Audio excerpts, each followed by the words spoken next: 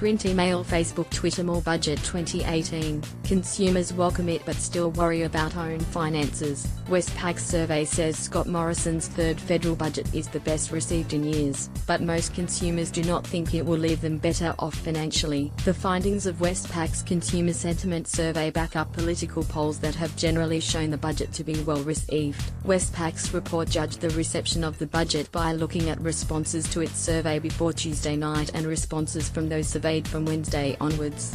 About half of all responses were collected before the 2018-19 federal budget was released on May 8. The index for this subsample printed at 99.9, down by 2.4% on April, said the bank's chief economist Bill Evans. The index for the sample collected post-budget printed at a notably firmer 104.8. The 4.9% lift between pre- and post-budget reads is the most positive turnaround since we began tracking subsamples in 2011. However, the rise in confidence did not totally correspond with how people thought the budget would affect them personally. When asked what impact people thought the budget would have on their family finances over the next year, just over 10% expected an improvement, 19% a deterioration and 58% anticipated no change. While the overall balance is negative, the net improve/worsen reading of -10% for those with a view, it is much less negative than last year, a net -29%, and the best response we have seen since we began running this question in 2010, Mr. Evans observed. The long time frame on the budget's centerpiece, the 7-year personal income tax plan, and the lump sum refund approach to near-term tax relief may also have dampened responses. The planned reductions in tax will not impact family finances until beyond the next tax year, including the refunds.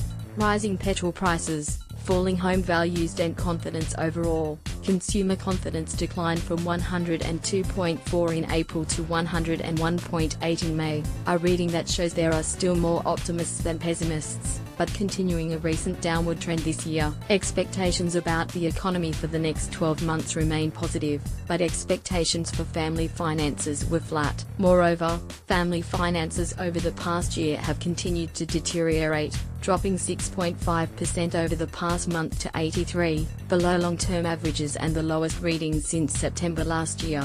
Consumers continue to face significant headwinds from weak income growth, Mr. Evans said, ahead of ABS wage growth data due out today.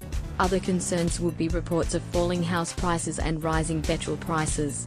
Petrol prices have risen more than 8% over the past 2 months as oil prices have spiked. House prices have continued to fall in Sydney and weaken in most other cities, leading to a 6-month low in time to buy a dwelling. At 101.1 it is well off average levels around 120, but still 10% higher than the most recent trough in mid-2017. House prices expectations remain above average levels, although they are weaker in New South Wales.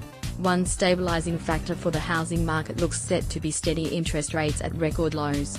We expect that the conditions required to justify an interest rate increase are a long way off, Mr. Evans predicted.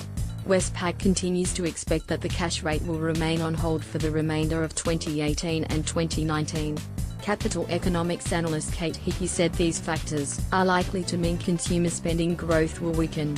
Overall, confidence is still at levels consistent with consumption growth staying around 3%, she wrote in a note.